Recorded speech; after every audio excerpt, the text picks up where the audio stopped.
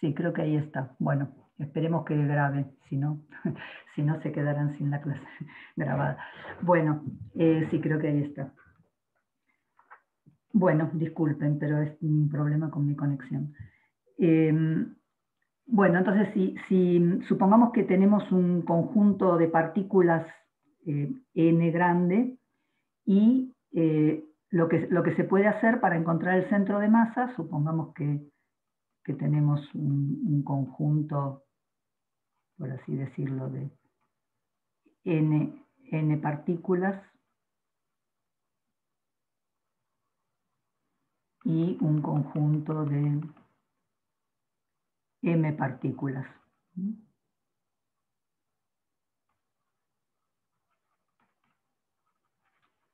Entonces a veces conviene separar, digamos, según el problema, ¿no? Pero a veces conviene elegir, por ejemplo, el centro de masa, supongamos acá del conjunto este de n partículas, llamémoslo centro de masa 1, y el centro de masa de este conjunto m, llamémoslo 2. Entonces, por ejemplo, en un sistema de coordenadas,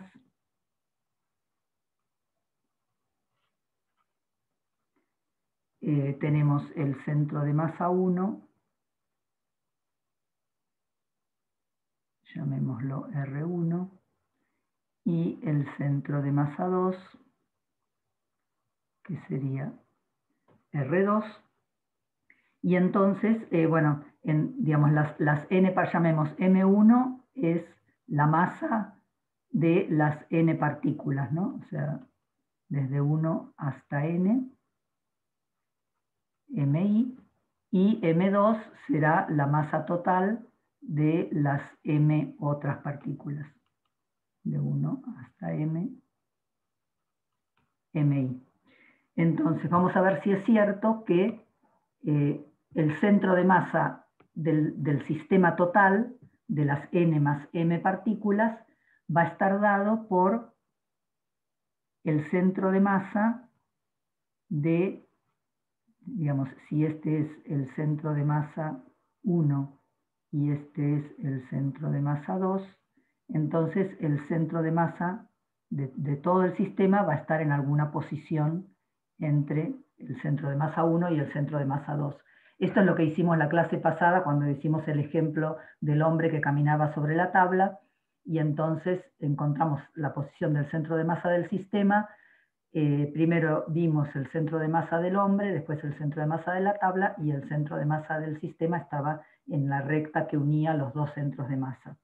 Esto es algo que se puede hacer con cualquier cantidad de partículas de esta manera. Vamos a ver si esto es cierto. Tenemos que la masa total por la posición del centro de masa de todo el sistema, lo que estoy diciendo es que lo podemos separar como la suma sobre las n partículas de mi por la posición de cada una de estas n partículas, más la suma desde n más 1 hasta n más m de las m partículas, ¿no? Entonces, tenemos esto que está acá, o sea, la suma de las posiciones de las n partículas pesadas con las masas de las n primeras partículas es igual a la masa total de las n partículas por la posición del centro de masa de las n partículas, que es lo que llamamos R1. Y esto que está acá, la suma sobre las m partículas, va a ser la masa total de las m partículas por la posición del centro de masa de las m partículas. Entonces, lo que estamos viendo es que efectivamente la masa total, que es m1 más m2, por la posición del centro de masa total, va a ser igual a la suma de la masa de un cierto número de partículas por el centro de masa de esas partículas, más la masa del resto de las partículas por el centro de masa de las otras. Esto se puede hacer bueno, digamos, dividiéndolo en un conjunto de dos subconjuntos de partículas o más, o sea, depende el problema que uno está trabajando, a veces conviene dividirlo y encontrar centros de masa y después encontrar el centro de masa total haciendo esta suma. Y esto es así cuando uno tiene un conjunto discreto de partículas o de objetos en el sistema. Pero también uno puede tener un sistema continuo, o sea, un cuerpo continuo. Por ejemplo, supongamos que tenemos, no sé, una pelota, una masa que tiene, digamos, que es una masa sólida, o sea, hay una cantidad de masas, o digamos, de masitas en cada elemento de volumen de esta superficie. Entonces, en este caso, si uno tiene un cuerpo continuo, lo que se hace es dividir el cuerpo en pequeños pedacitos de masa. Entonces, por ejemplo, tomo un pedacito de masa que tiene un diferencial de masa y, bueno, de vuelta elijo un sistema de coordenadas. El diferencial de masa está en una cierta posición, llamémoslo R.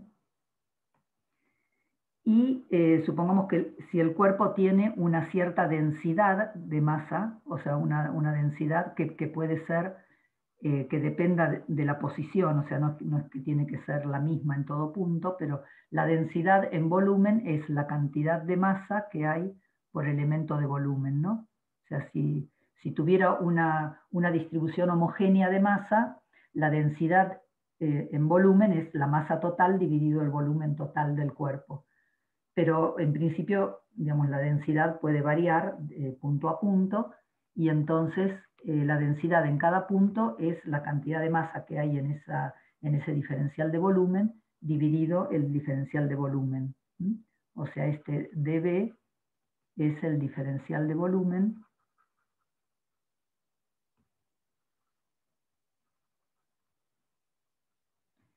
que ocupa el diferencial de masa. ¿Ok? Entonces tenemos que el diferencial de masa es igual a la densidad, en principio que puede depender de la posición, por el diferencial de volumen. Y entonces la masa total del cuerpo, la masa total va a ser la integral de los diferenciales de masa integrados sobre toda la masa, ¿no? O sea, así como antes sumábamos, o sea, cuando tenemos elementos discretos de masa, o sea, antes teníamos que la masa total la tomábamos como la suma sobre todas las partículas del sistema de las masas.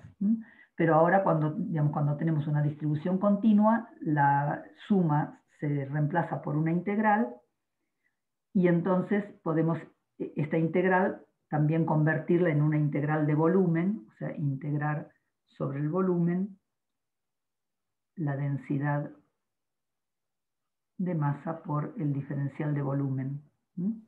Profe, perdón.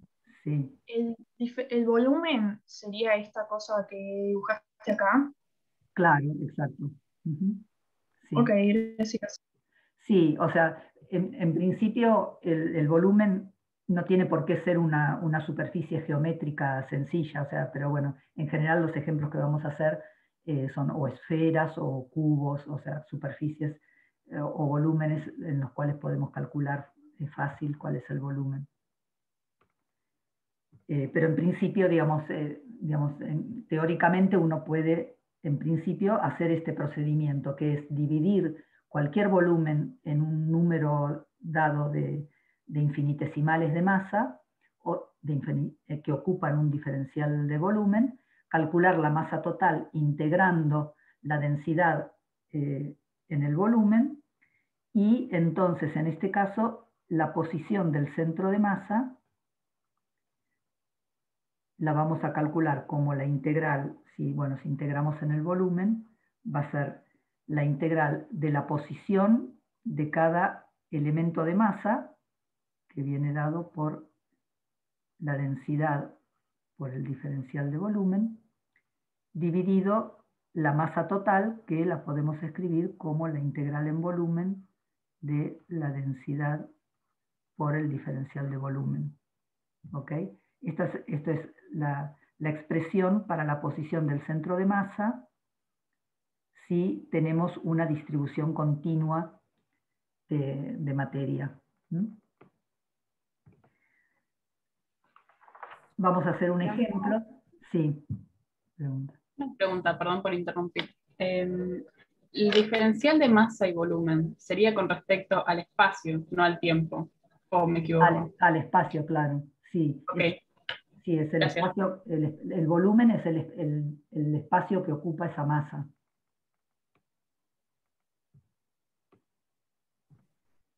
Entonces vamos a hacer un ejemplo. Supongamos que queremos encontrar el centro de masa de una placa cuadrada,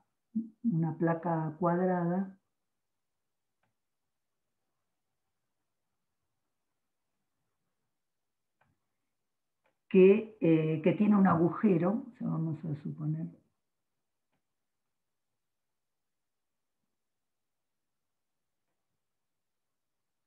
Bueno, supongamos que este es el centro, que tiene un agujero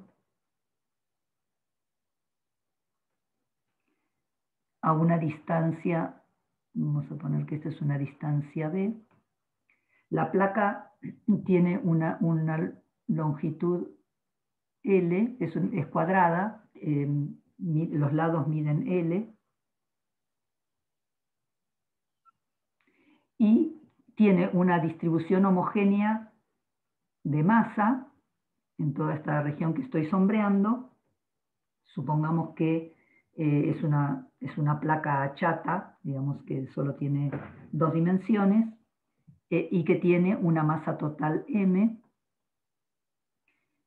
Supongamos que tiene una densidad, digamos, en superficie, una densidad constante, o sea, tiene la misma cantidad de masa por unidad de superficie, y tiene un agujero circular a una distancia B del centro, bueno, supónganse que este es el centro, y tiene un agujero circular que tiene un radio A. Ya vamos a poner A, si se lee ahí, el radio del agujero. Entonces, vamos a calcular el centro de masa con dos, digamos, podemos tomar dos superficies posibles. O sea, podemos suponer que hay un defecto de masa en la zona donde está el agujero, y entonces lo que podemos hacer es considerar, o sea, esta placa con el agujero la podemos considerar como una suma de una placa completa sin el agujero, de vuelta una placa que,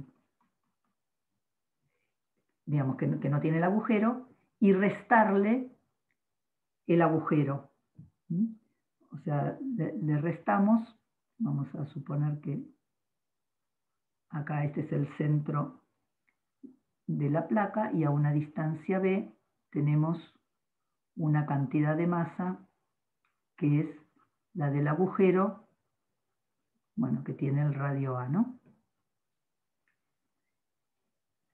Entonces, bueno, elegimos un sistema de coordenadas, supónganse, esto es X e Y. Bueno, y el agujero entonces tiene una cierta cantidad de masa M chiquito, que es la masa que está faltando. O sea, la placa con el agujero tiene una masa M. La placa completa, o sea, sin el agujero, tiene una masa que es la masa del agujero más la masa de la placa con el agujero, ¿no? Es la masa total.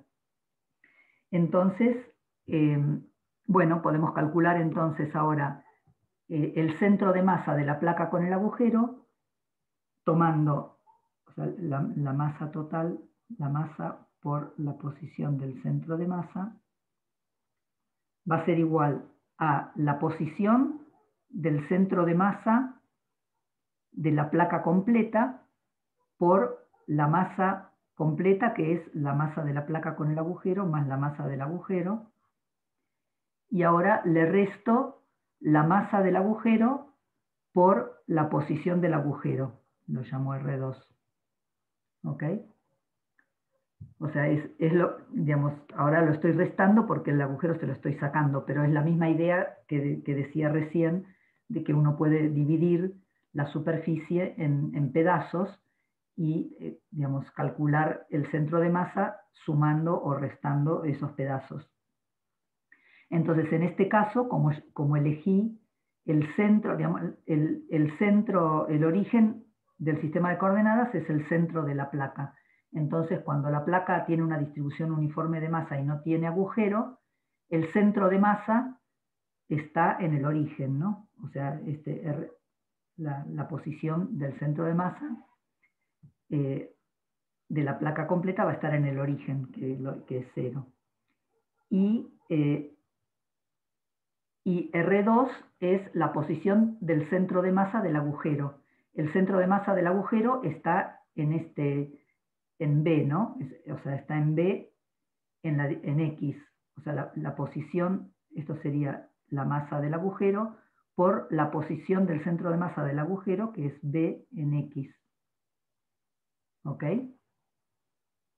Entonces, la posición del centro de masa de la placa con el agujero es igual a menos m por b en x dividido la masa de la placa con el agujero.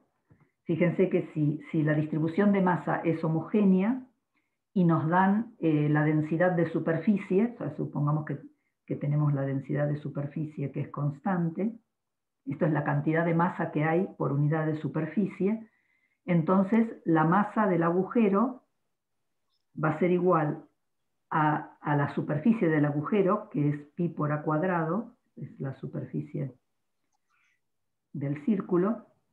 Profe, perdón, me perdí. ¿Por qué R1 por la placa sin el agujero es 0? Porque, porque elegí el sistema de coordenadas tal que está centrado en el centro de la placa, ¿no? Entonces, Ok. si la placa tiene una distribución homogénea de masa, el centro de masa va a estar en el origen. Claro, gracias. ¿Ok? Bueno.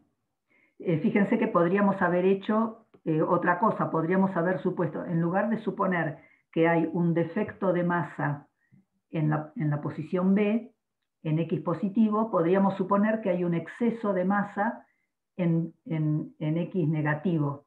O sea, en lugar de hacer esta resta, podríamos haber considerado que tenemos ahora la placa completa y le sumamos un exceso de masa que está en menos B. Bueno, y lo mismo, o sea, el centro de masa de la placa completa va a estar en 0 y, y el exceso de masa va a estar, le tenemos que sumar más m por la posición del exceso de masa que va a estar en menos B en X, ¿no? Entonces, y esto es igual a m por la posición del centro de masa del conjunto. ¿Ok? O sea, cualquiera de los dos procedimientos va a dar el mismo resultado. ¿Por qué está en menos B? ¿No estaba en B? Claro, está en B si considero que es un defecto de masa, por eso se lo resto. Si está en B, se lo resto. Pero también puedo pensar, digamos, como todo esto es muy simétrico, puedo pensar que tengo un exceso de masa en menos B. Y entonces se lo sumo. O sea, en lugar de pensar que tengo un agujero en B, pienso que tengo una cantidad adicional de masa que está en menos B. O sea, cuando yo tengo un defecto es negativo y cuando tengo un exceso es positivo. No, O sea, si a mí me dice Claro, Ok. claro. Cuando tengo un exceso es positivo y cuando tengo un defecto es negativo, claro. O sea, si estoy calculando lo que estamos calculando y me dicen, bueno, la placa tiene un agujero, entonces va a ser menos B, pero si me dicen la placa tiene una masa de más, no sé cómo lo dirías, entonces exceso y sería B. Claro, se lo sumás, Ok, claro. Claro, gracias. si hubiera un exceso de masa, o sea, digamos, si originalmente acá en lugar de haber un agujero hubiera un exceso de masa, o sea, hubiera algo que tenga una masa que es el doble que tuviera, por ejemplo, la densidad de masa que fuera el doble del resto de la placa, entonces tendría que sumárselo. ¿Está bien? Pero si es un agujero, se lo resto. Claro, gracias. Bueno, entonces, ¿hay preguntas? Entonces vimos que podíamos expresar el segundo principio, la segunda ley de Newton, la podíamos escribir como que la variación del impulso lineal con respecto al tiempo es igual a la resultante de las fuerzas externas. Y dedujimos esta expresión a partir de la definición de las fuerzas externas, que es igual a la masa por la aceleración, y la dedujimos considerando que la masa era constante, porque entonces, si la masa es constante, entonces podemos escribir esto como la derivada con respecto al tiempo de m por b. Y entonces esto es la derivada con respecto al tiempo del impulso lineal. Sin embargo, esta expresión, o sea que la resultante de las fuerzas externas es igual a la variación del impulso lineal, es más general que esta expresión, que la fuerza es la masa por la aceleración. Es más general y vale aún en el caso en que la masa no sea constante. O sea, en general, la fuerza externa sobre un sistema va a ser la suma de la masa por la aceleración más la velocidad por la derivada de la masa con respecto al tiempo. ¿Está bien? Esta expresión es más general y vale en general cuando uno tiene sistemas con masa variable. Si la masa cambia, tanto que disminuye como que aumenta, la fuerza total tiene una contribución adicional que depende de la variación de la masa. Por ejemplo, vamos a discutir la dinámica de un cohete. O sea, ¿cómo hace un cohete en el espacio para propulsarse? Un cohete se mueve debido a que expulsa gases que se producen por combustión adentro del cohete. Entonces, supongamos que tenemos un cohete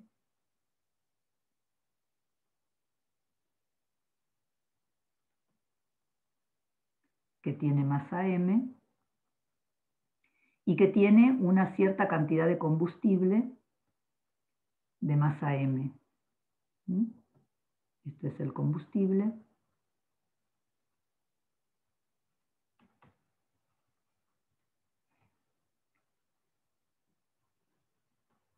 Entonces, supongamos que el cohete se mueve con velocidad v respecto a la Tierra.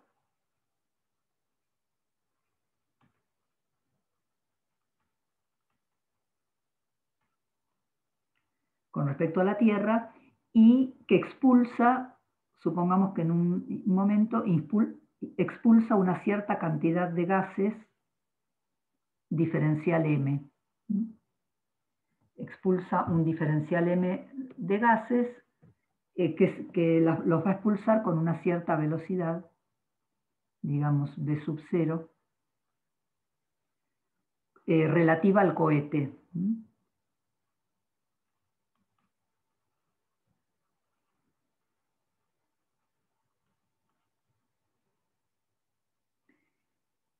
Entonces, inicialmente, bueno, o sea, vamos a considerar como sistema, el sistema es el cohete y los gases. Entonces, inicialmente el sistema tiene un cierto impulso inicial, que es la suma, la masa del cohete más la masa de los gases por la velocidad del cohete. Inicialmente. Y cuando expulsa un diferencial de un dm de gases, entonces el impulso pasa a ser, vamos a llamarlo el impulso final, o sea, cuando expulsó un diferencial m de gases, el impulso va a ser la masa que le queda, que es la masa del cohete, más la masa de los gases, menos el diferencial de masa que expulsó, por la nueva velocidad, o sea, digamos la velocidad que tenía más un diferencial de velocidad. Cuando expulsa un diferencial de masa, adquiere una nueva velocidad, que la llamo d más dv, y tenemos que sumarle al impulso del sistema el impulso de los gases que expulsó, o sea, el diferencial de masa por la velocidad del diferencial de masa. Pero la velocidad las velocidades las tengo que referir siempre al mismo sistema, ¿no? Entonces, como la velocidad del cohete la refiero a la Tierra, ahora tengo que referir la velocidad del diferencial de masa que expulsó a la Tierra. O sea, yo tenía que v sub 0 es la velocidad del diferencial de masa con respecto al cohete.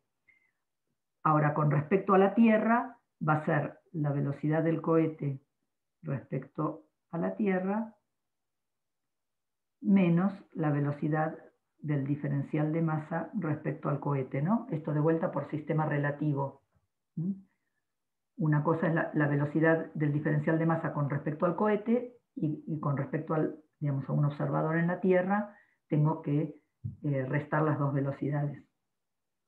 Entonces, bueno, ¿qué tenemos acá? Entonces tenemos, esto sería la nueva masa del cohete. O sea, después que nueva masa, una vez que expulsó el diferencial de m.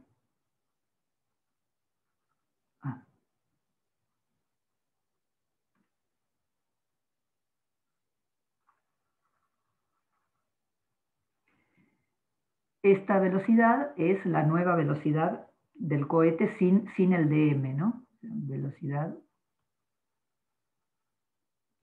del cohete sin el diferencial de masa. Y esto que está acá sería la velocidad del diferencial de masa respecto de la Tierra.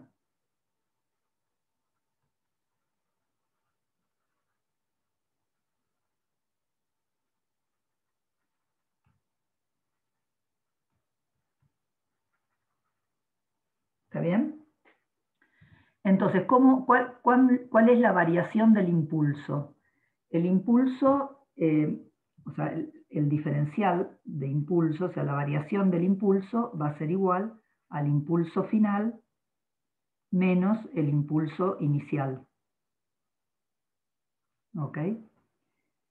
Entonces, si hago esta diferencia, o sea, voy a restar esta expresión del impulso final menos el impulso inicial, pero me voy a quedar, fíjense que como acá tenemos diferencial de masa y diferencial de velocidad, me voy a quedar hasta primer orden en diferenciales, o sea, voy a despreciar cuando tengo el producto de diferencial de masa por el diferencial de velocidad, lo voy a despreciar. Entonces, si me quedo solo a primer orden en diferenciales, esta diferencia me da la masa del cohete más la masa de combustible por el diferencial de velocidad menos el diferencial de masa por v sub 0. O sea, si hacen esta cuenta, esta diferencia con detalle, les va a dar esta diferencia, es una resta. Entonces, si ahora quiero calcular cómo cambió el impulso por unidad de tiempo, o sea, si calculo la derivada del impulso lineal con respecto al tiempo, esto por definición es la resultante de las fuerzas externas. Entonces, esto va a ser igual a la suma de las masas por la derivada de la velocidad con respecto al tiempo, menos la derivada de la masa con respecto al tiempo, o sea, la variación de la masa en función del tiempo, por la velocidad de la masa con respecto al cohete. Entonces, este término, fíjense que la fuerza ahora ya no es solo la masa por la aceleración, sino que tiene un término adicional, este término que está acá, se llama empuje del cohete, y es igual a la fuerza debida al escape de los gases. Entonces fíjense que aun cuando no haya fuerzas externas actuando sobre el cohete, el cohete puede adquirir una aceleración debido a este empuje. O sea, aunque las fuerzas externas sean iguales a cero, o sea, si no hay fuerzas externas, entonces, de todas formas, el cohete puede adquirir una aceleración igual a 1 sobre la suma de las masas por V0 por la variación de la masa con respecto al tiempo.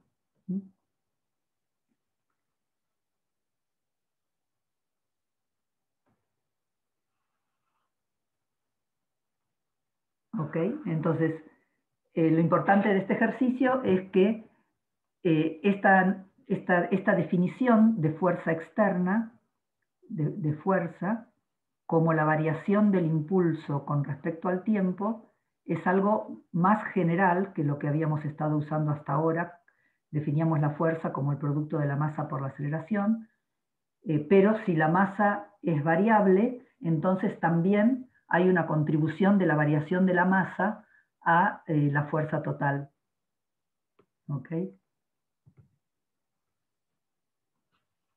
Disculpe, una pregunta, yo llegué tarde. ¿El impulso se produce producto de una variación de la masa, puede ser?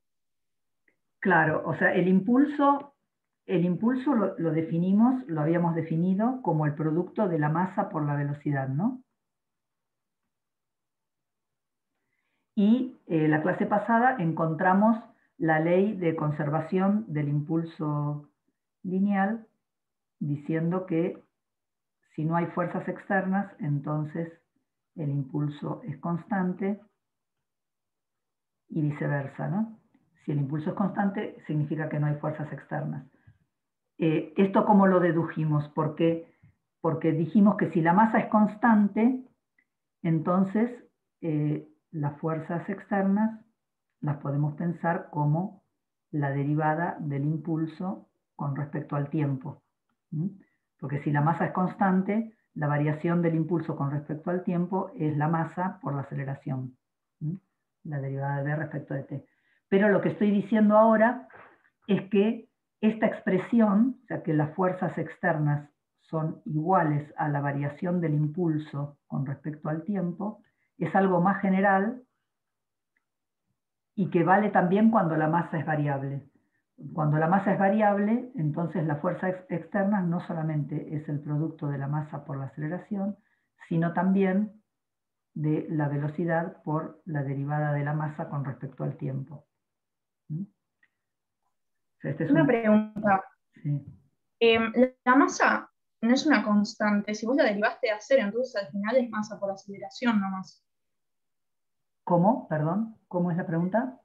La masa no es una constante, o sea, si yo derivo la masa, me queda cero, y al final, o sea, la velocidad como que se me va con el cero de derivar la masa. Si la masa es constante, sí, pero si la masa es variable, como en este caso, en este caso del cohete que hicimos, la masa es variable, porque el cohete va expulsando gases. Entonces va cambiando Claro. la masa total, ¿no? Es como, o pensar, por ejemplo, un carrito que transporta, no sé, que lleva agua y que tiene un agujero, se le va cayendo el agua, va cambiando la masa, o sea, la masa es variable. O Entonces, sea, digamos, podemos decir, ponerle que la M mayúscula sería como la masa fija o la constante, y la M minúscula es la que va cambiando. O sea, en realidad no es la que va cambiando, sino la que produciría el cambio. claro, en el ejemplo del El cohete, cohete, en el sí, ejemplo del cohete, el cohete tiene una masa constante y lo que cambia es los gases, son los gases. claro. Pero bueno, O sea depende. que cuando hablamos de la derivada de la masa, en realidad estamos hablando de la derivada de M mayúscula más M minúscula. Sí, o sea, hablamos de la masa total del sistema. O sea, por eso cuando decimos, cuando hablamos de la resultante de las fuerzas, es la suma de las masas, de todas las masas por la aceleración de cada una de las masas, ¿no? Entonces, Claro, bueno, digamos, si no son todas las masas las que varían, bueno, las que no varían van a seguir cumpliendo que la fuerza es la masa por la aceleración. claro. Pero las que varían, no. Sí. ¿Ok? Perdón, y una pregunta sobre el ejemplo anterior. Cuando escribiste que la R del centro de masa igual menos B X versor dividido M mayúscula, ¿eso era lo que teníamos que encontrar del ejercicio? O sea, ¿esa era la pregunta? Sí, la posición Ah, del centro de masa de la placa con el agujero. claro, ok, listo, gracias. O sea, estábamos buscando eso. Ujú. Ok, gracias. Perdón, profe. Sí. Tengo una consulta. Cuando calculó el diferencial de impulso, ¿podría repetir lo que dijo de que despreciaba algunos diferenciales? ¿Cómo es eso? Sí. Eh, o sea, tengo que calcular esta diferencia, ¿no? El impulso final menos el impulso inicial. Pero cuando calculo el impulso final, tengo que hacer este producto, o sea, m más m menos dm por b más db, más dm por b más db menos b0. Entonces, en este producto tengo productos cuadráticos de diferenciales. Por ejemplo, cuando multiplico el diferencial de m por el diferencial de b, y lo mismo acá, diferencial de m por diferencial de b. Y esto los estoy despreciando. Me quedo solo a primer orden. Podría Ok, ok, considerarlos, pero es bueno, simplemente para simplificar la cuenta. está bien, gracias.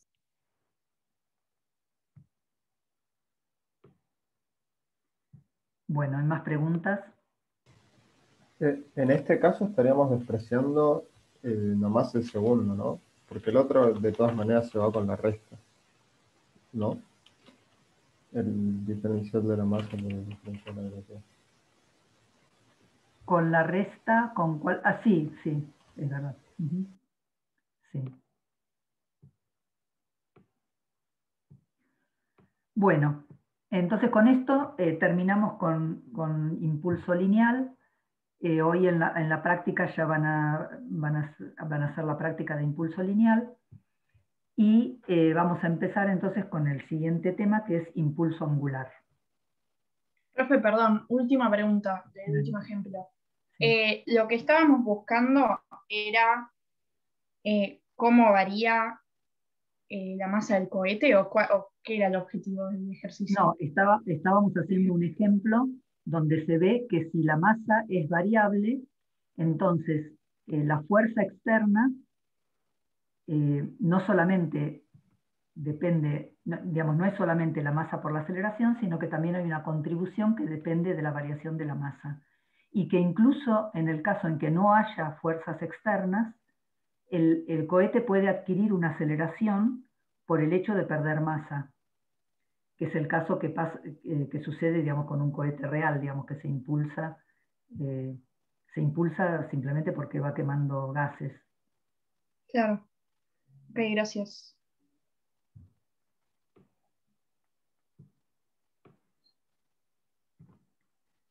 Bueno, entonces vamos a empezar con el siguiente tema, que es impulso angular.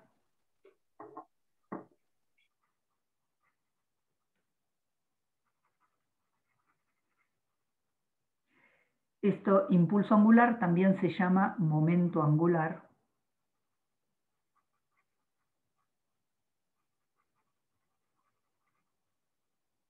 O a veces también lo llaman momento de la cantidad de movimiento.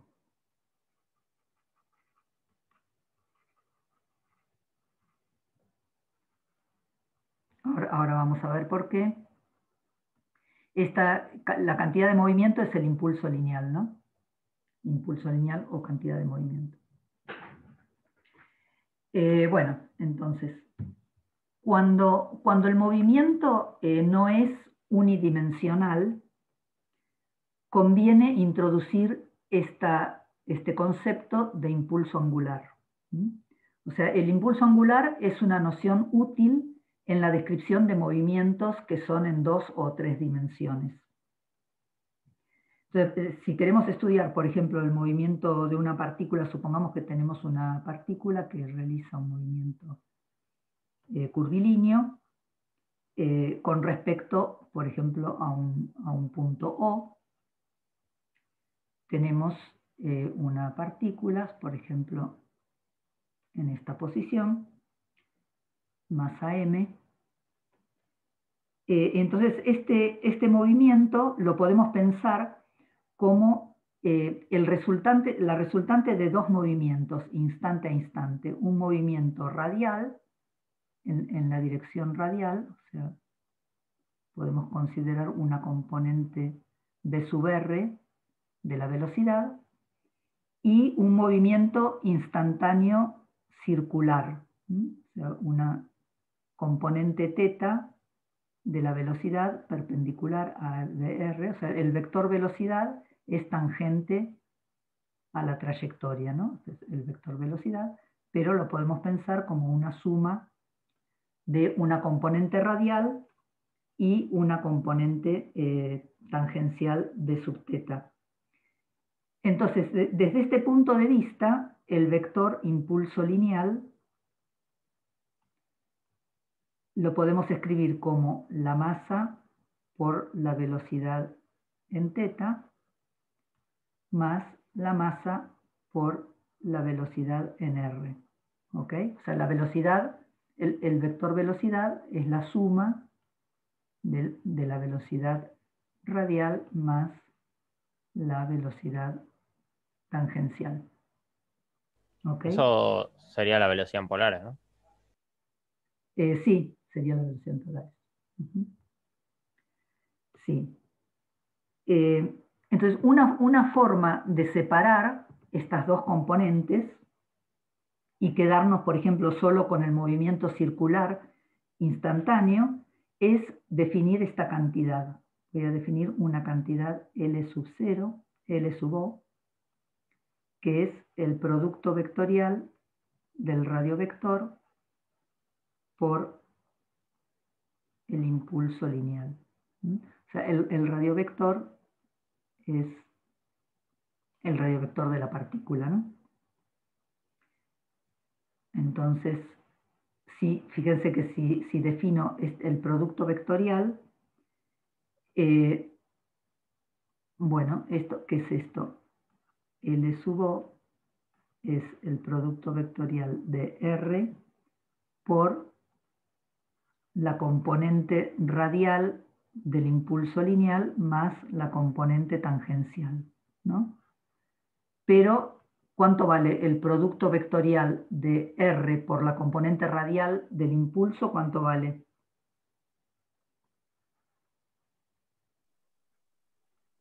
Cero, porque está en la misma Vale dirección. 0, ¿no? Son paralelos, o sea que esto vale 0. Y entonces, esto me deja solamente la componente tangencial. ¿Ok? Este producto me permite separar la componente tangencial instantánea, ¿no? O sea, el movimiento circular instantáneo en ese momento. Y esta cantidad se llama impulso angular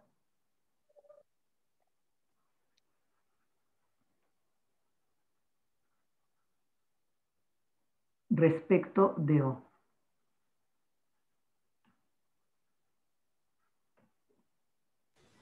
Perdón, es una L, ¿no? Es una L, sí, L sub O.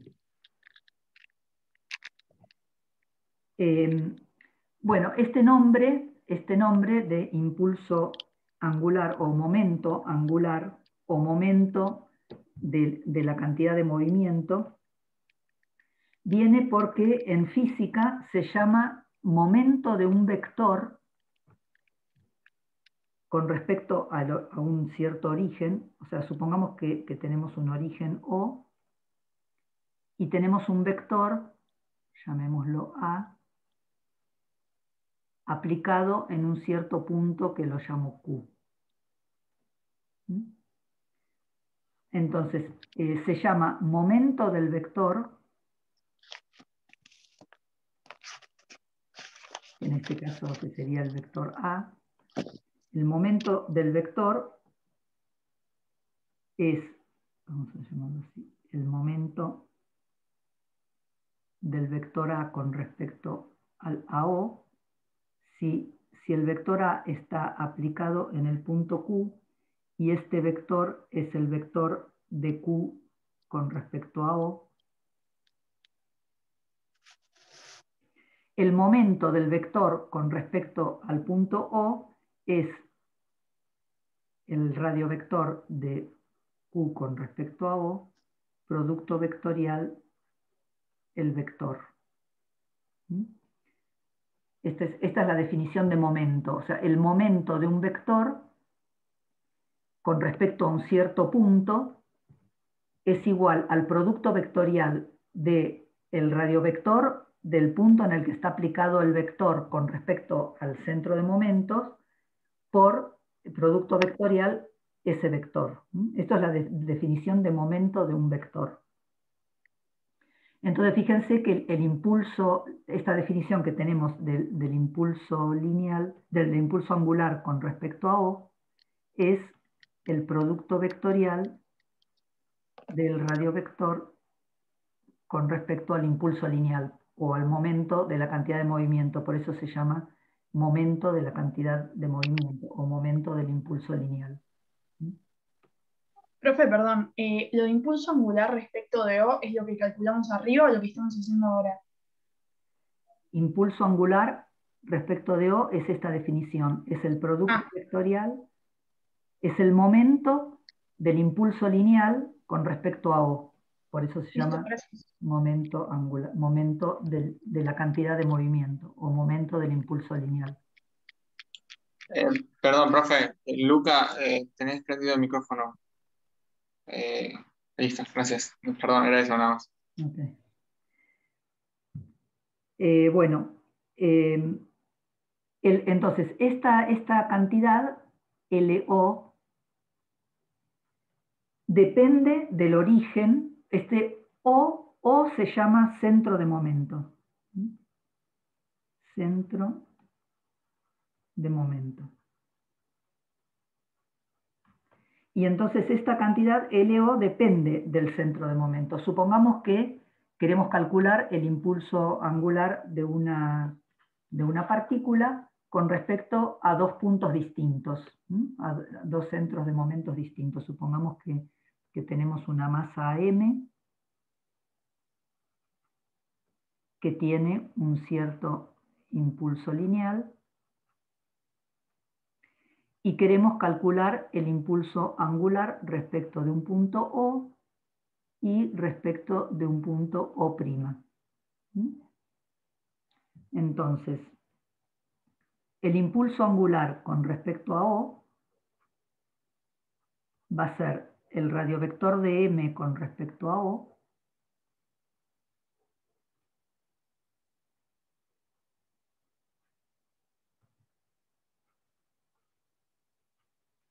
producto vectorial el impulso lineal de M. ¿Ok? Ahora, con respecto a O', ¿P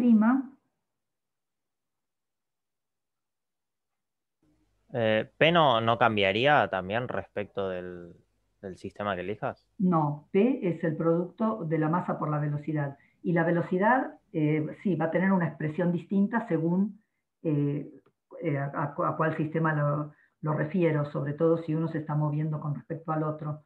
Pero supongamos que por ahora que son dos puntos que están quietos.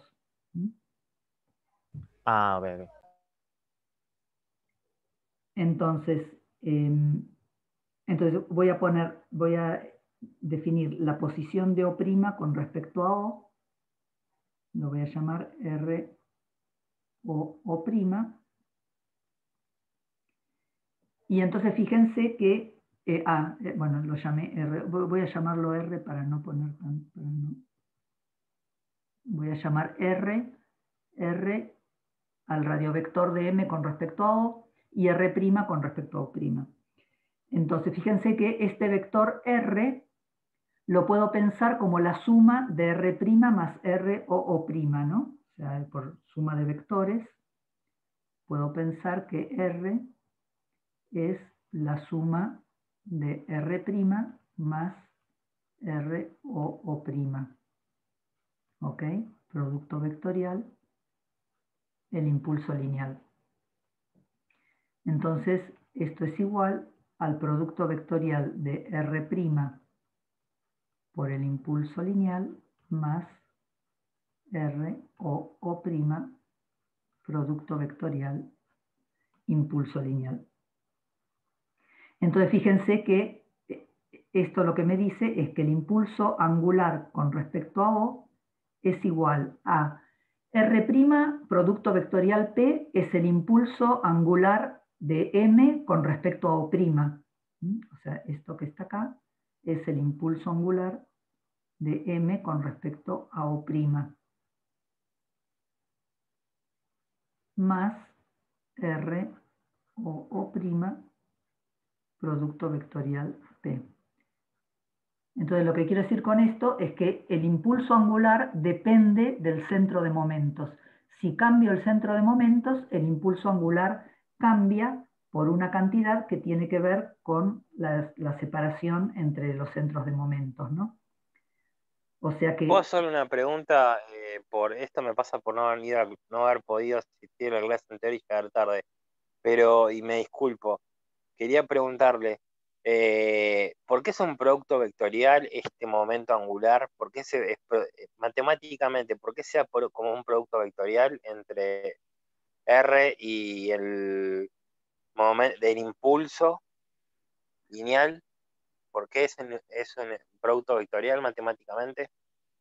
Lo que vimos, o sea, no sé si es que llegaste tarde a la clase o qué, pero digamos, lo que habíamos visto es que digamos, tomar este producto vectorial me permite separar el movimiento circular del movimiento radial.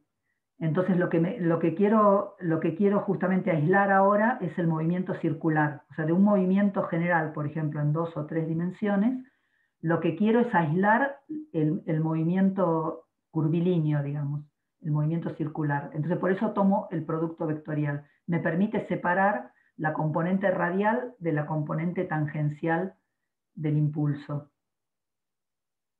¿Bien? El producto vectorial no me da siempre normal un plano, digamos, estoy pensando matemáticamente nada más, pero no me da normal un plano, siempre un producto vectorial. No, o sea, no tiene, el movimiento no tiene por qué ser en un plano, puede ser en el espacio. O sea, ahora vamos a hacer varios ejemplos justamente para ver qué tipo de movimiento, pero, digamos, cómo es qué es lo que significa este vector. O sea, por ahora esto es un vector. Es un vector que nos va a permitir estudiar los movimientos circulares, cuando son movimientos curvilíneos. Quizás volvé a preguntar después de haber hecho algunos ejemplos si es que todavía no te quedó claro. Está bien, gracias. Entonces, una cosa importante es que este vector, LO, depende del centro de momentos. O sea, O y O' son dos centros de momentos distintos. Y algo importante es que elegir un centro de momentos no significa elegir un sistema de referencia. O sea, el centro de momentos no tiene por qué ser el origen del sistema de coordenadas o del sistema de referencia. pero siempre que uno habla de impulso angular tiene que decir con respecto a qué centro de momentos lo está refiriendo. ¿Ok? Entonces, Perdón, ¿hay alguna notación para decir que el centro del momento es el 0,0? como el 0,0. O O sea, sea, digamos, que es el eje de coordenadas. Ahí sí hay alguna notación, porque siempre hay alguna notación. Digamos. no, no. Si el centro de coordenadas es O, es este punto O, ya simplemente con decir eso estás diciendo que es Ok. Perdón, no me quedó claro. Si vos pones un sistema de coordenadas flotando por ahí, y vos elegís como O y O' a los que elegiste vos, sí, por ejemplo, ahí, más o menos. ejemplo. El R, ¿qué sería? A partir desde el centro del sistema de referencia al punto No, donde está aplicado P. No. no. No, el R va desde el centro de momentos hasta la masa. O sea, es el vector que va desde O desde el hasta R. centro a la partícula menos desde O hasta, perdón, desde el sistema de referencia hasta O. O sea, es este O sea, vector R, el que va desde el centro de momentos hasta la partícula. Si este está bien que lo conseguís como una resta, poner. bueno, por ejemplo, si lo querés referir a este sistema de coordenadas, no le quiero Ok. poner O, vamos a poner centro. Entiendo, entiendo. Sí, sí, entiendo. Okay. Bueno, entonces algo importante de este vector es que bajo ciertas condiciones se comporta como una constante de movimiento, es constante. Entonces vamos a ver bajo cuáles son esas condiciones, ¿no? Y eso es lo que, digamos, eso es lo importante de este vector, porque nos va a permitir resolver movimientos, incluso intuitivamente, sin resolver ecuaciones diferenciales, simplemente sabiendo que el vector se conserva.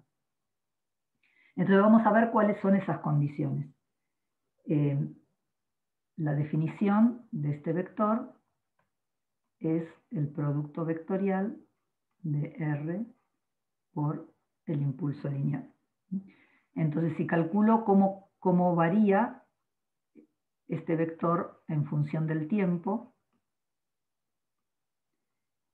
esto va a ser la derivada del radiovector, producto vectorial, el impulso lineal, más el radiovector, producto vectorial, la derivada del impulso lineal. ¿Ok? La derivada del vector posición es la velocidad, ¿no? Entonces, acá tenemos que esto va a ser el producto de la velocidad por el impulso lineal más el vector posición, producto vectorial. La derivada del impulso lineal es la fuerza externa. ¿Ok?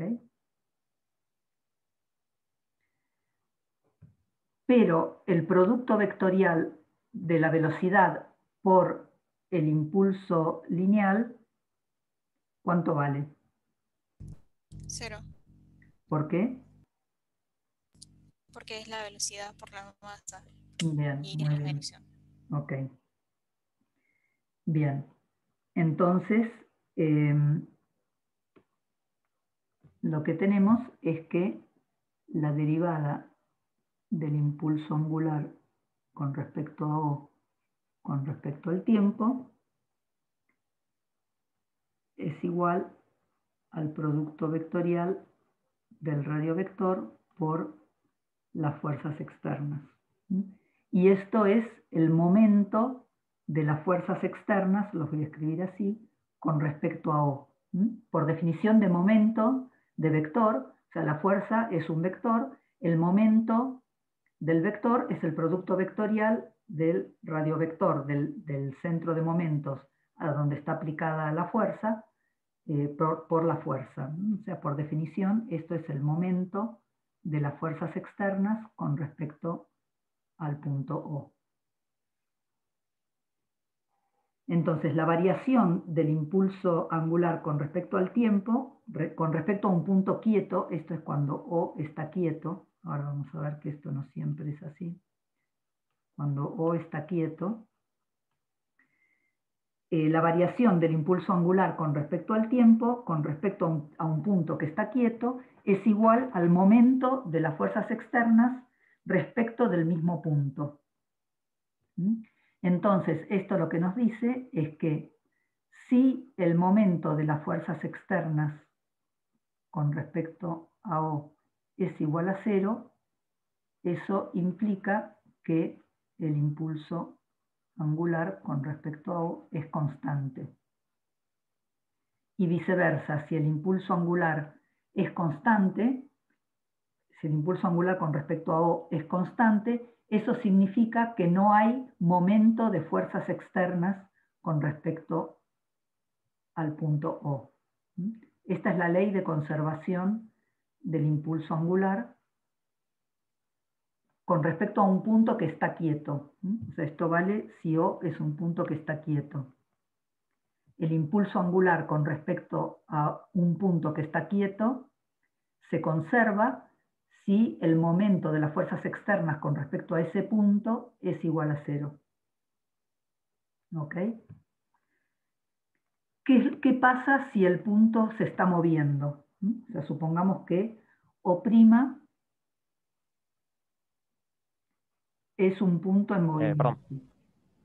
¿El momento de las fuerzas externas respecto de O es algo que vos acabas de definir o yo me perdí algo?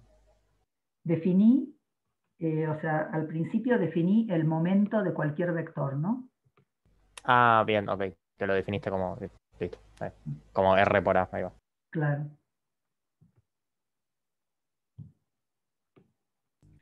Esto es lo que le dicen torque, ¿no? También. Exacto, sí, también se llama torque, sí. Entonces, supongamos que O' es un punto en movimiento. Y ¿Puedo O, hacer una pregunta? sí. El momento angular o ¿cuál es el tangencial a R?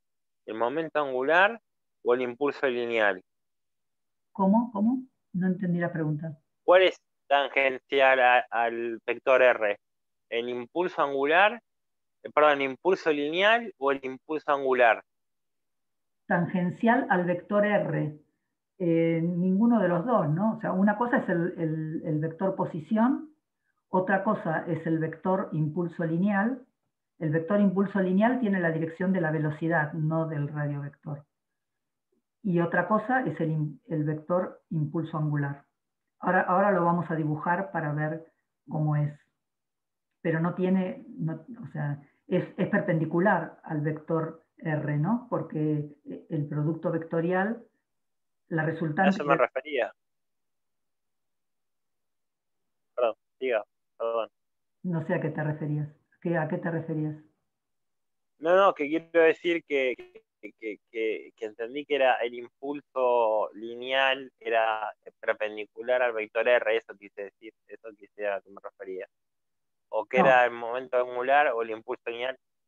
Sí, el impulso angular es perpendicular al impulso lineal, ¿no? Por definición. perfecto. Está Y, bien, está bien.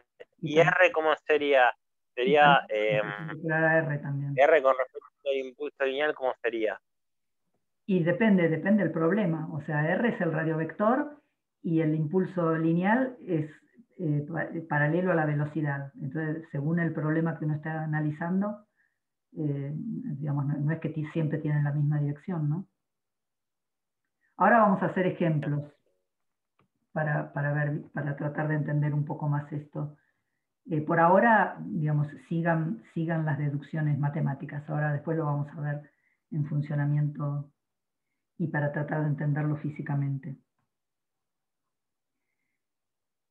Entonces, ahora supongamos que O' es un punto en movimiento y O es un punto quieto.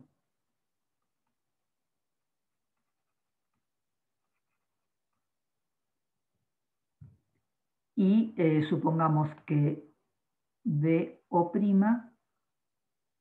es la velocidad de O' con respecto a O.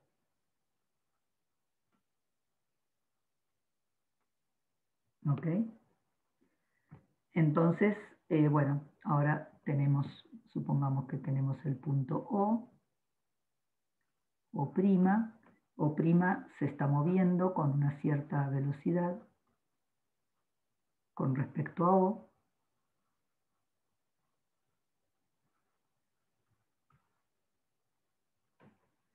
Y tenemos la masa M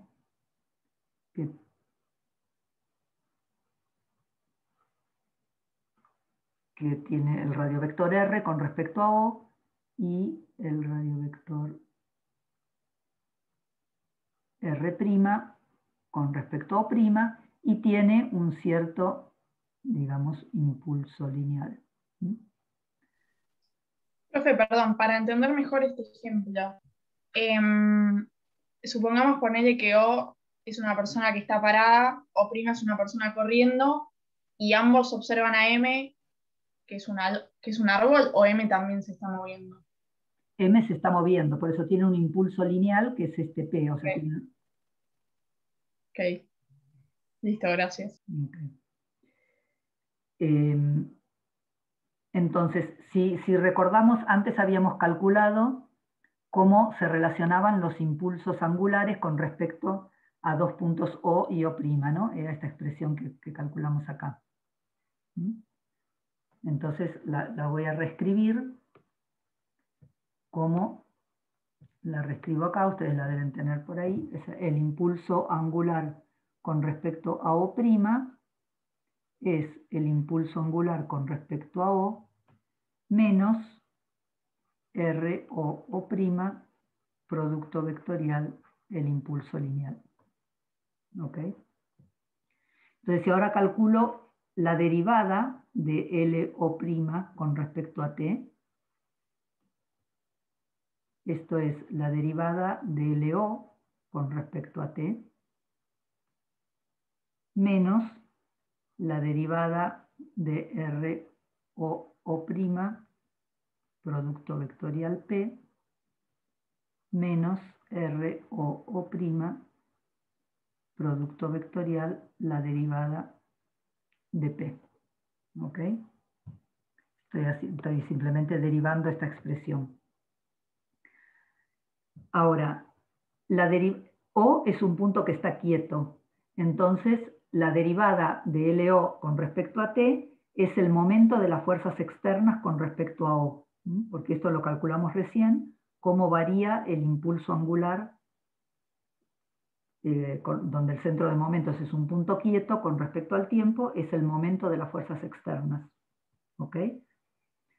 La derivada de RO', con respecto al tiempo, es la velocidad de O', ¿no? Y la derivada del impulso lineal con respecto al tiempo es la fuerza externa. ¿Ok? Entonces, lo que nos dice esta expresión es que la derivada de LO' con respecto a T es igual al momento de las fue'rzas externas con respecto a O menos, lo voy a escribir de esta forma, RO', producto vectorial, la fuerza externa, o sea, cambio el orden de estos dos términos, menos la velocidad de O', producto vectorial, el impulso lineal. Ahora, el momento de las fuerzas externas con respecto a O es el producto vectorial de R por las fuerzas externas, ¿no? Por definición, menos RO', producto vectorial, fuerzas externas, menos la velocidad de O', producto vectorial, impulso lineal. Entonces, ahora puedo sacar factor común, la fuerza externa, esto es R menos RO', producto vectorial, la fuerza externa, menos la velocidad de O', producto vectorial P. ¿Ok? Pero este producto vectorial, R menos R o producto vectorial, la fuerza externa, o sea, R menos R o es R'. O sea, si miramos el dibujito, este dibujito, R menos R o es R'. Entonces, acá tenemos que esta diferencia es R', y R', producto vectorial, la fuerza externa, es el momento de las fuerzas externas con respecto a O'. ¿Está bien?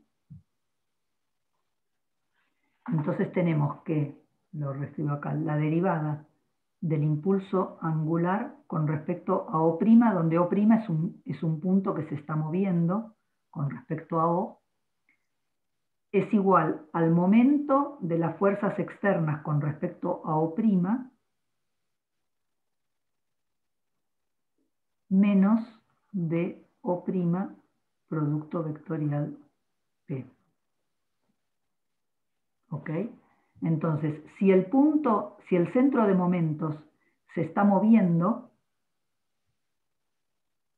entonces la ley de conservación ya no es que el impulso angular se conserva si no hay momento de fuerzas externas, porque ahora aparece un término adicional que tiene que ver con la velocidad del punto del centro de momentos.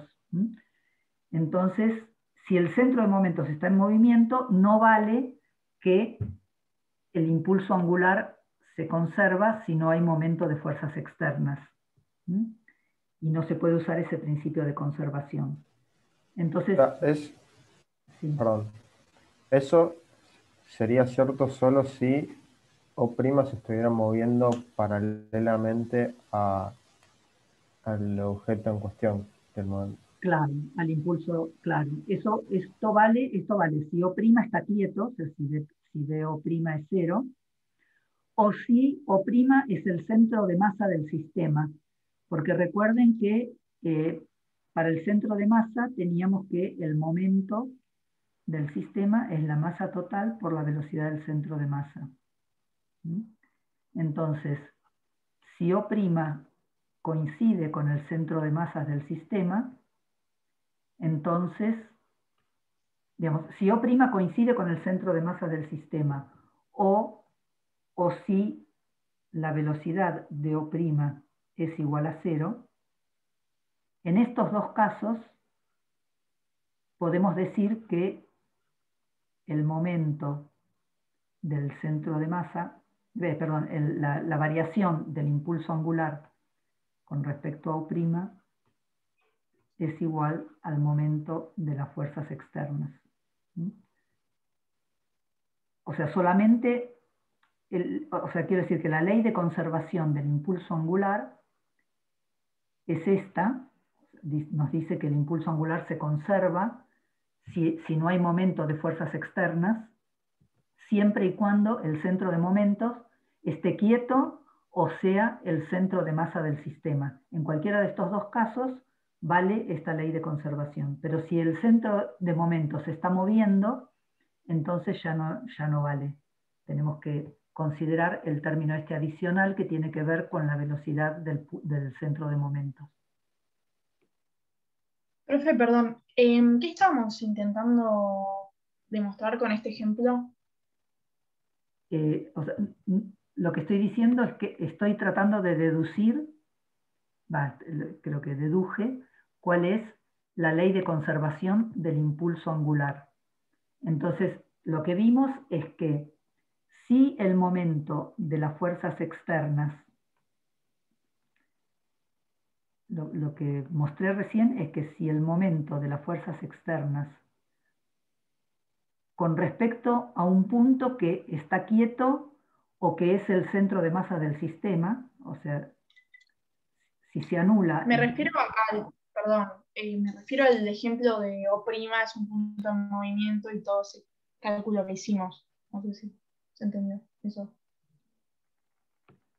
O sea, hicimos varias cosas. No lo último. O sea, hicimos varias cosas. Primero, vimos que esta noción de impulso angular depende del centro de momentos. O sea, es distinto si tomo un centro de momentos que si tomo otro. Después, lo que vimos es que si el centro de momentos es un punto que está quieto, entonces el impulso angular con respecto a ese punto se conserva si no hay momento de fuerzas externas. Esto es lo que vimos acá. Si no hay momento de fuerzas externas respecto a un punto que está quieto, el impulso angular con respecto a ese punto se conserva. Y después vimos que si el punto se está moviendo, si el centro de momento se está moviendo, entonces no vale esta ley de conservación, porque hay que agregar un término adicional que tiene que ver con la velocidad del centro de momento. O sea, el centro de momento, si está quieto, se conserva, y si no está quieto, no. O sea, No. probamos esas dos cosas. O sea, lo que se conserva o no se conserva es el impulso angular Perdón, sí, respecto al eso. centro de momentos. Si el centro de momentos está quieto y no hay momento de fuerzas externas con respecto a ese punto, el impulso angular se conserva.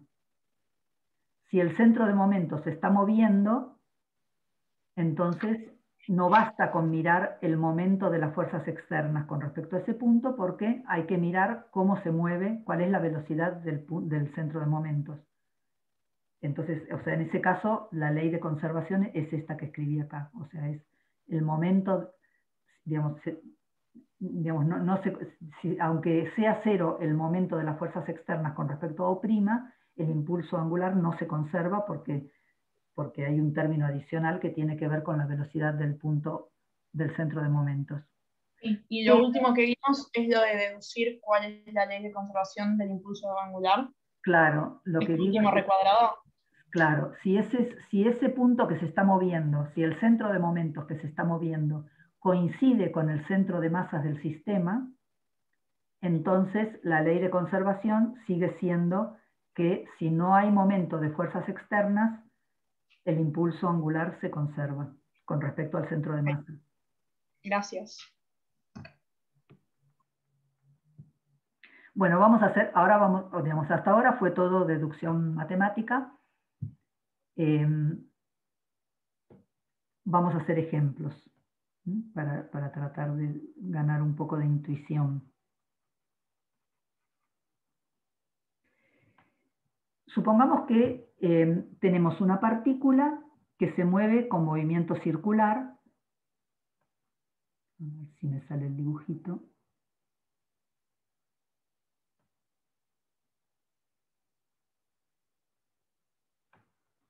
Tenemos, no es un círculo porque está hecho en perspectiva. Tenemos el centro de rotación y tenemos una partícula de masa m que se mueve con cierta velocidad alrededor del centro de rotación. Está a una distancia, digamos que r es el radio del círculo. Y vamos a calcular el impulso angular de esta partícula con respecto a un punto O que está sobre el eje de rotación. Supongamos que este es el eje de rotación que pasa por el centro de rotación. Lo voy a llamar el eje Z. Y quiero calcular el impulso angular de esta partícula con respecto a un punto ¿Puedo interrumpirla? Sí. No, es que ahora me quedó claro lo que yo le preguntaba antes. O sea, el impulso angular va a ser tangencial al radio R que va del centro a la masa, ¿no? No. Bien, porque la velocidad es tangencial, ¿no? No, el impulso angular, ahora, bueno. No, impulso angular no, pero bueno, perdón, no dije nada, digamos. El impulso angular va a ser perpendicular al radiovector y va a ser perpendicular a la velocidad de la partícula, porque es el producto vectorial del radiovector por la velocidad de la partícula. ¿Está bien? Vamos a ver este caso particular. O sea, tenemos una partícula que está haciendo movimiento circular alrededor del centro de rotación y quiero calcular el impulso angular con respecto a un punto que está sobre el eje de rotación, pero que no es el centro de rotación. No necesariamente el centro de rotación. Entonces, por definición, el impulso angular con respecto a O va a estar dado por el radio vector de la partícula con respecto a O, que es este,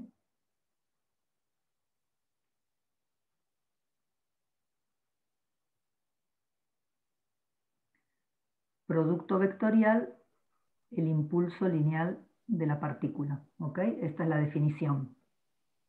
Perdón, profe, yo Sí. otra vez. Perdón.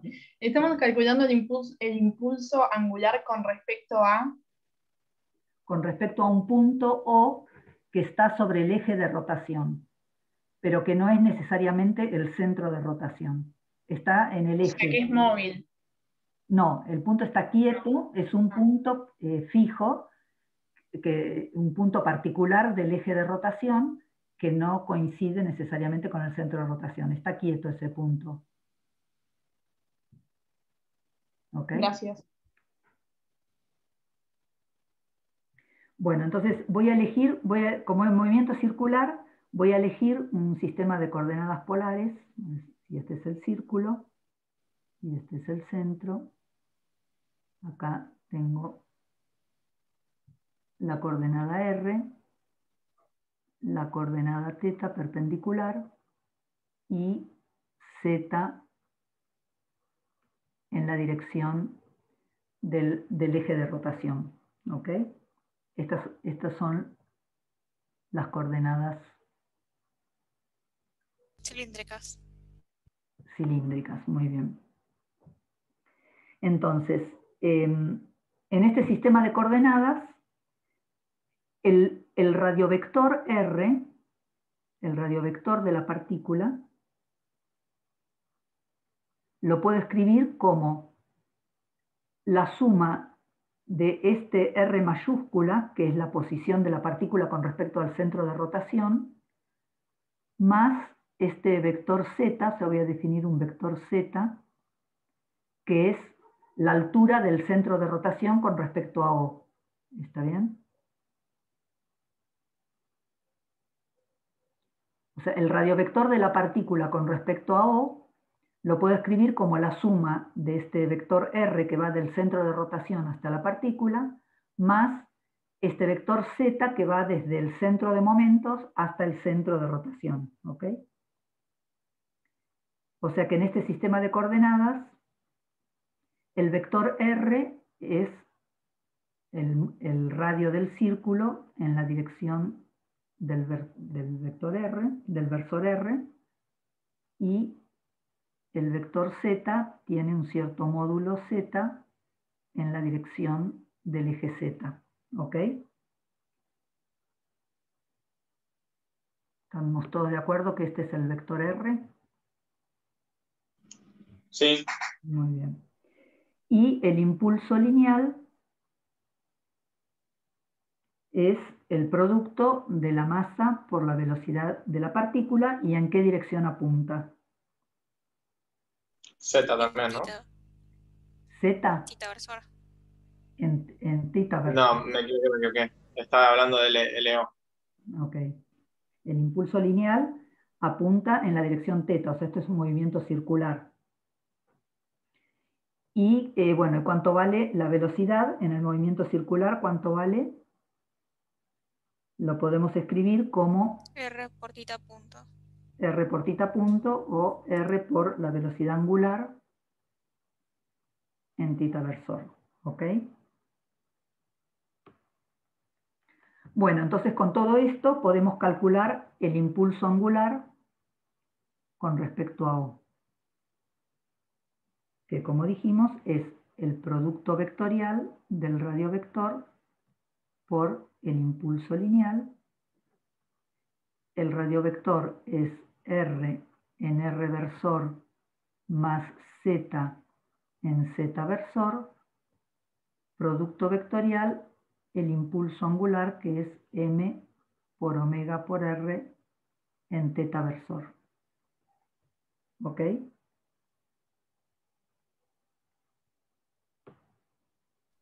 Profe, pregunta rápida. Lo de si el momento de O igual a 0 y O igual a centro de masa, ¿eso tenía que ver con este ejemplo que estamos viendo o no?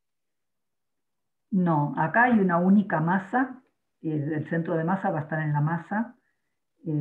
Acá estoy simplemente calculando el impulso angular de una masa m, que está haciendo movimiento circular. Ok, gracias. Entonces, voy a hacer este producto vectorial. El producto, o sea, hago distributiva, ¿no? El producto vectorial de R por teta, ¿cuánto es? Z. Muy bien, entonces tengo M por omega por R cuadrado en Z versor. Y el producto vectorial de Z por teta. Menos R. Muy bien.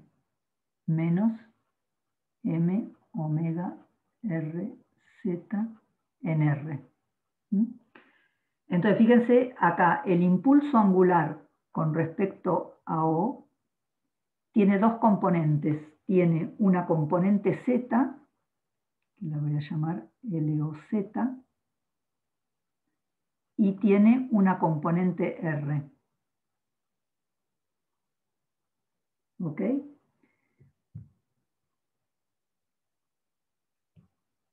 Entonces, en principio, este vector no es constante, no es un vector constante, incluso si la velocidad angular es constante, no es constante porque la componente R no es constante en dirección, ¿no? O sea, el versor R es un versor que va cambiando a medida que la masa va describiendo el círculo. El vector R va cambiando, el versor R va cambiando de dirección, y entonces, en general, o sea, este impulso angular con respecto a O no es constante,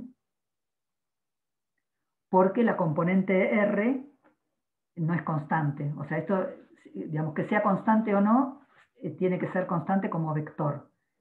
Si hay una componente que no es constante, entonces aún esto es que no es constante, aún si la velocidad angular es constante. O sea, una partícula que se mueve con velocidad angular constante no tiene momento angular constante con respecto a un punto que está sobre el eje de rotación, que no sea el centro de rotación, no tiene impulso angular constante. ¿Mm? ¿Qué es lo que pasa si la velocidad angular es constante?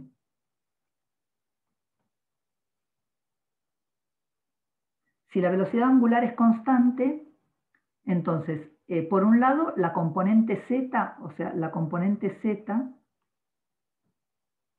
del impulso angular es m omega r cuadrado en z, ¿no? Entonces, si omega es constante, entonces la componente z del impulso angular es constante. ¿Ok? Es constante como vector porque el eje z es un eje fijo. Omega es constante, entonces la componente z es constante. Y por otro lado, es constante también el módulo del vector LO.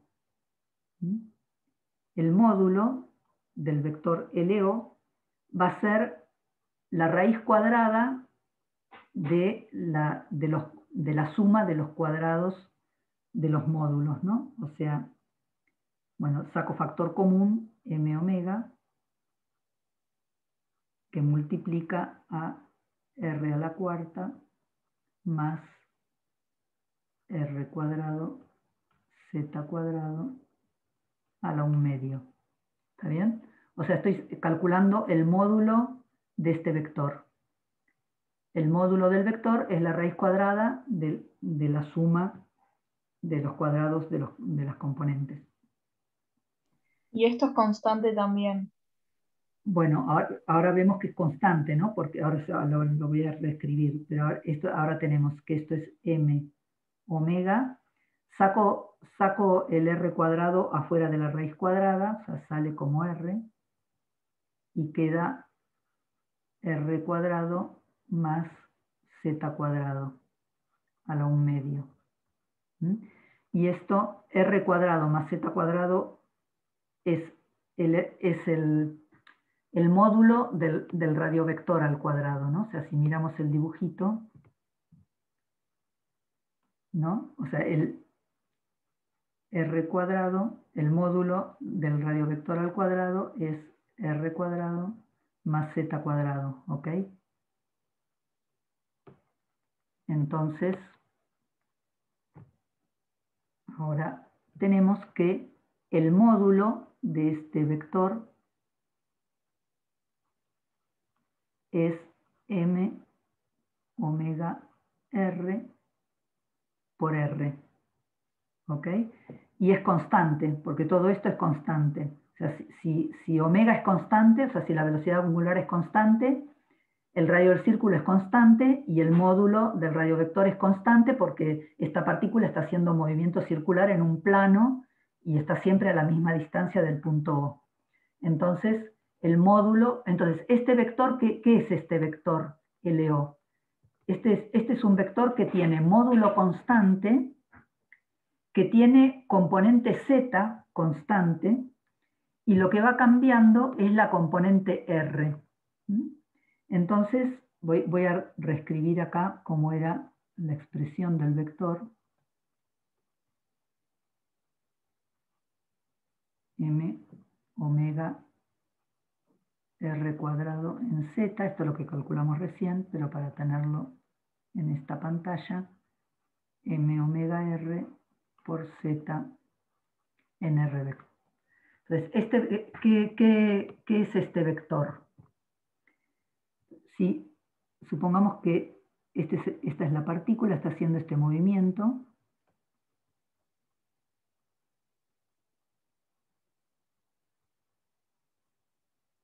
Este es el eje Z.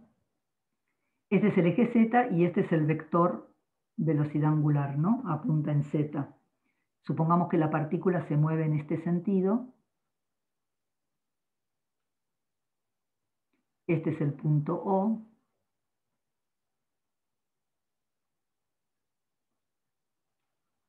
Este es el radiovector. Se mueve en este sentido y entonces, ¿cómo es el vector impulso angular? Este es el eje del vector rotación. Entonces, el vector impulso angular es un vector que tiene módulo constante y tiene componente z constante. Entonces, supongamos que este es el punto O. La componente z del vector es constante, apunta en z, o sea, esta sería, por ejemplo, la componente z del vector impulso angular, pero tiene también una componente r, y la componente r apunta en menos r. Quiere decir que, por ejemplo, si este es el movimiento de la partícula, cuando la partícula está por acá,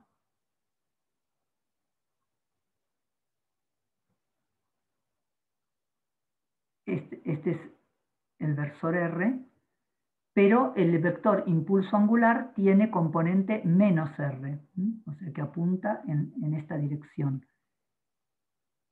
Entonces, esta sería la componente r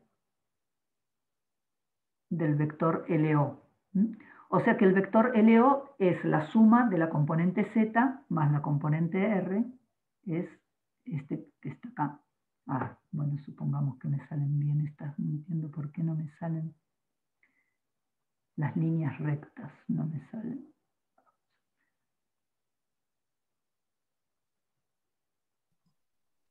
Ahí dice LO, R o M. Sí, el LOR, ahora lo voy a poner mejor.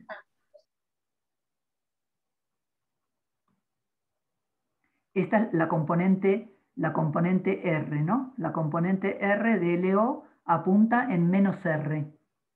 Y va cambiando, o sea, a medida que la masa va describiendo el círculo, en este sentido, la componente R del vector LO la va como siguiendo de atrás. O sea, siempre apunta en menos R, en la dirección contraria a la componente R del radio vector. Entonces, el vector LO es este vector, es la suma de LOZ más LOR, es este vector, es un vector que va describiendo el círculo, el mismo círculo que describe la masa, pero la va siguiendo de atrás, es como que está en contrafase con la masa. Está como precediendo alrededor del vector velocidad angular, omega, que tiene la dirección del eje Z. Entonces, este es el vector impulso angular, en este caso, para una partícula que se mueve en un círculo.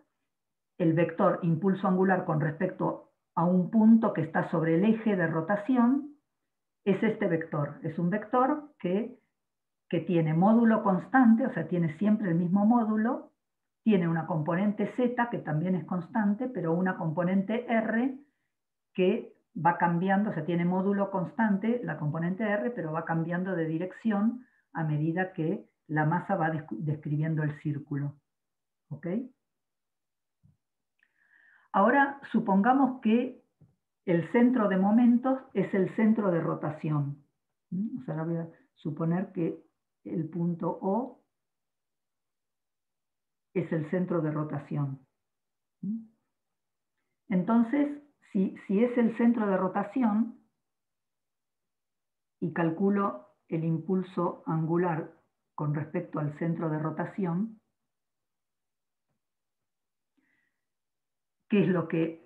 ¿cómo es ahora en este caso? Si miramos la expresión esta general, esta vale para cualquier punto que está sobre el eje de rotación. No va a tener Z, ¿no? Claro, Z es igual a 0. O sea, el centro de rotación está en Z igual a 0, y entonces el impulso angular con respecto al centro de rotación solo tiene componente Z. ¿Ok? En este caso solo tiene componente Z y es constante. ¿Ok? Entonces, el impulso angular con respecto al centro de rotación de una partícula que realiza movimiento circular es constante si omega es constante, ¿no? O sea, si la velocidad angular es constante, entonces el impulso angular de una partícula que realiza movimiento circular es constante digamos, si tomamos como centro de momento el centro de rotación. ¿Ok? Entonces, si el centro de momentos no es el centro de rotación, pero está sobre el eje de rotación, entonces la expresión completa es esta que calculamos acá, ¿no? O sea, el impulso angular tiene componente Z y tiene componente R y no es constante, aunque omega sea constante. Pero si omega es constante y tomamos como centro de momento el centro de rotación, el impulso angular de una partícula que hace movimiento circular es constante con respecto al centro de rotación. Profe, ¿podrías usar este tipo de momento angular para describir, digamos, funciones y, digamos, podrías hacerlo, por ejemplo, para hacer paisajes o cosas así? ¿Para hacer qué? ¿Para hacer qué? Por ejemplo, lo estaba pensando desde programación, digamos. ¿Podrías hacer esto y crear paisajes con esto? Paisajes. No sé Digo, porque vos le describís un impulso angular y le decís cuánto es la variable que tiene por ahí hasta podés llegar hasta variar el impulso en Z y el impulso en R, y podés como dibujar. Ah, bueno, sí, sí, claro, sí, sí. O sea, si querés dibujar el impulso angular para distintos tiempos, no sé si lo llamás a eso paisaje, pero sí podés hacerlo, claro. Sí, no, bueno. Calculemos la variación del impulso angular con respecto al tiempo. O sea, voy a calcular la variación del impulso angular con respecto al centro de rotación con respecto al tiempo. Entonces, esto va a ser la masa si la velocidad angular no es constante, lo que varía acá es la velocidad angular, ¿no? O sea, esto va a ser distinto de cero siempre que la velocidad angular no sea constante, y la derivada de la velocidad angular con respecto al tiempo es lo que llamábamos la aceleración angular. Perdón, profe, ¿esto está dentro del ejemplo que estábamos viendo antes o es un ejemplo nuevo? Es el mismo ejemplo de antes, pero ahora Ok. omega no es constante, ¿no? O sea, ahora omega no es constante. Y quiero ver cómo varía el impulso angular con respecto al centro de rotación en función del tiempo. Entonces hago la derivada, y como el centro de rotación es un punto que está quieto, yo sé, por lo que dedujimos recién, que la derivada del impulso angular con respecto al tiempo es el momento de las fuerzas externas con respecto al centro de rotación, ¿sí?, por definición de variación del impulso angular. ¿Ok? Entonces, siempre que la velocidad angular no es constante, si la velocidad angular no es constante, entonces significa que hay alguna fuerza externa, que está haciendo momento respecto del centro de rotación. ¿Está bien? O sea, fíjense que esta fuerza externa está proveyendo una aceleración angular. O sea, si hay momento de una fuerza, quiere decir que hay una fuerza, y esa fuerza, cuando hay momento de una fuerza, hay un movimiento circular. Esa fuerza externa que tiene momento con respecto al centro de rotación está proveyendo una aceleración angular. ¿Ok? Entonces, ¿Por qué necesariamente tiene que ser externa? O sea, ¿por qué no pueden ser internas? bueno, en este caso tenemos solo una masa, ¿no? O sea, interna, ¿qué va a ser? O sea, Ah, claro, tenés razón. No, sí, sí, una fuerza. Claro, tenés razón. igualmente, bueno, después vamos a hacer ejemplos más complicados donde va a haber fuerzas internas, y vamos a ver que las fuerzas internas no hay que considerarlas, pero bueno, bajo ciertas condiciones. Por ahora vamos a hacer el caso más sencillo, que solo tenemos una masa, y entonces las fuerzas solo pueden ser externas.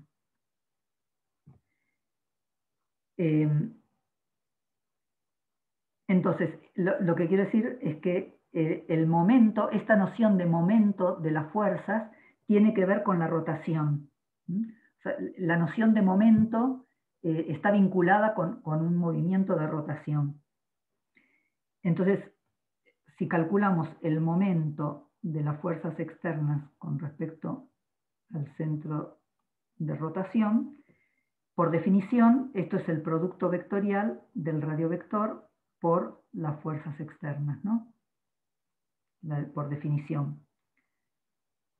El radiovector con respecto al centro de momentos es el radio del círculo por el versor R, y esta fuerza externa, en este caso, como el movimiento de la masa es en un círculo que se da en un plano, o sea, en el plano perpendicular al eje Z, o sea, el eje Z es perpendicular al plano del movimiento, entonces esta fuerza externa solamente puede tener componente R y θ, no puede tener componente Z, porque la masa se está moviendo en el plano perpendicular al eje Z, ¿está bien? O sea, esta fuerza externa solo puede tener componente R y componente teta, ¿no? No hay movimiento en el eje Z. Entonces, Porque se mueve en el plano paralelo a Z, dijiste. no en el plano perpendicular. O sea, Z es el eje Gracias. perpendicular al plano, es el eje de rotación. Entonces, bueno, en este producto vectorial solamente queda la componente teta, y esto es R por F teta en Z versor, ¿no? Y, bueno, y habíamos calculado que el momento de las fuerzas externas con respecto al centro de rotación es la masa por la aceleración angular por R cuadrado en Z versor. ¿Mm?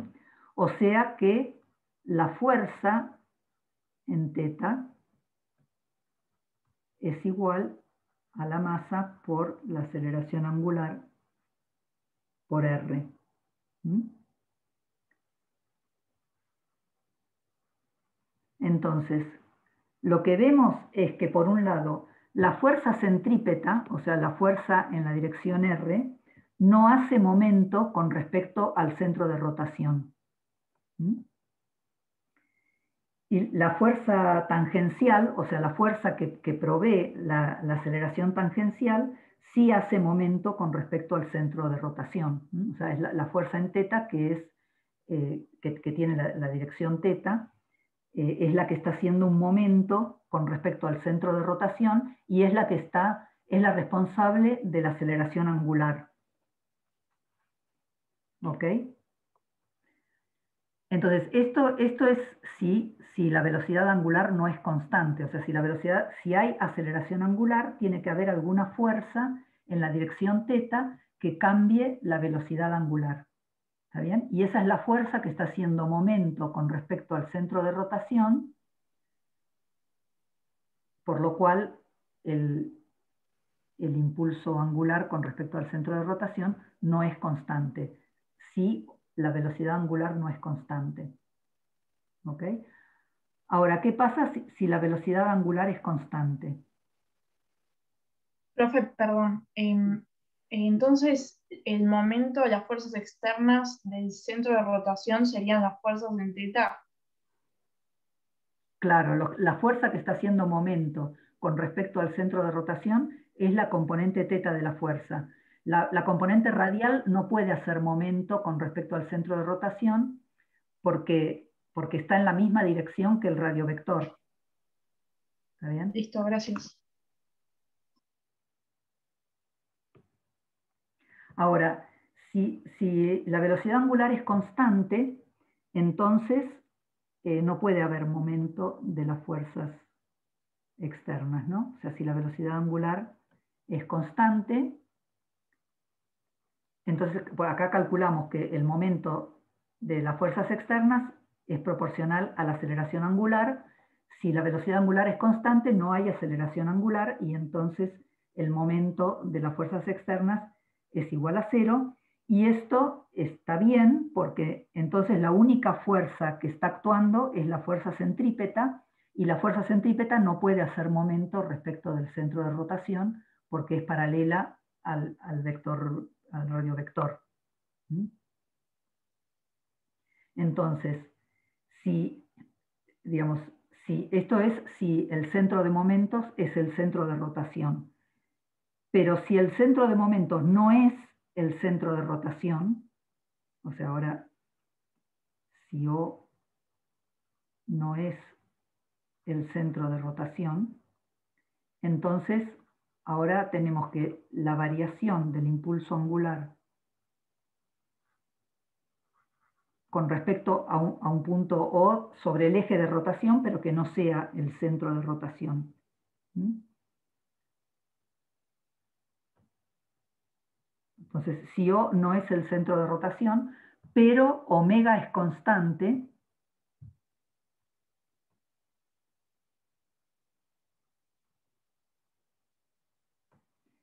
Entonces, en ese caso teníamos que la derivada de LO con respecto a t era menos mr omega por z por la derivada del versor r. O sea, si omega es constante, habíamos visto que si omega es constante, lo que puede variar en la definición del LO es el versor r. Si se acuerdan cómo es la derivada con respecto a t del versor r, era menos teta punto en teta, ¿no? Esto lo habíamos calculado cuando hicimos coordenadas polares.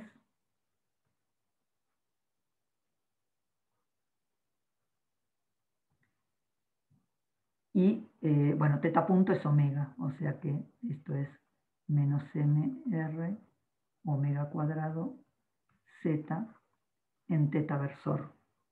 Entonces, ahora O no es el centro de rotación, es un punto del eje de rotación, y omega es constante. Entonces, ahora la única fuerza es, digamos, si omega es constante, la única fuerza que está actuando es la fuerza centrípeta. No puede haber fuerza en teta porque si no, eso daría una aceleración angular, y ahora decimos que la velocidad angular es constante. Entonces, la única fuerza que está actuando es la fuerza centrípeta, que no hace momento respecto del centro de rotación, pero sí hace momento respecto de cualquier otro punto que esté sobre el eje de rotación. O sea, digamos, cuando supongamos este es el eje de rotación, la masa está haciendo un movimiento circular, pero respecto de cualquier otro punto, la fuerza centrípeta, que está actuando en la dirección R, menos R, hace momento con respecto a cualquier otro punto que no sea el centro de rotación, porque hay una componente perpendicular a R con respecto al punto O. ¿Ok? Bueno. Profe, con respecto a lo último, de si O no es centro de rotación y omega es constante, nosotros veníamos calculando el impulso angular con respecto a O, que no necesariamente era el centro de rotación. O sea, existe esta aclaración, porque en realidad en un principio era el centro de rotación, O. O sea, lo calculamos respecto de O de un punto cualquiera que no sea el centro de rotación, y también después lo especificamos en el caso del centro de rotación, ¿no? Entonces, lo que vimos es que si el centro de momentos es el centro de rotación y la velocidad angular es constante, entonces no hay momento de fuerzas externas, ¿ok? Con respecto al centro de rotación. No hay momento de fuerzas externas, porque si la velocidad angular es constante, significa que no hay fuerza en la dirección tangencial que pueda proveer una aceleración angular, y entonces si la única fuerza que hay es una fuerza radial, la fuerza radial no puede hacer momento respecto del centro de rotación, pero sí puede hacer momento respecto de otro punto, de cualquier otro punto. O sea, respecto del centro de rotación no, porque es paralela al radiovector, pero con respecto a cualquier otro punto, sí hace momento, y entonces en ese caso hay momento de fuerzas externas, aunque omega sea constante, y entonces el impulso angular no se conserva. Ok, gracias. Bueno, ya es demasiado tarde, los voy a dejar. Esto, en todo caso, si quieren, lo volvemos a discutir la clase próxima, porque bueno, hay mucha información acá, y vamos a seguir trabajando un poco más esta noción de impulso angular, que en general les cuesta bastante, pero bueno, para adquirir un poco de intuición sobre este vector. Dale, profe. Nos vemos la clase que viene. Hasta el viernes. Muchas gracias, profe. Nos vemos. Gracias. Gracias.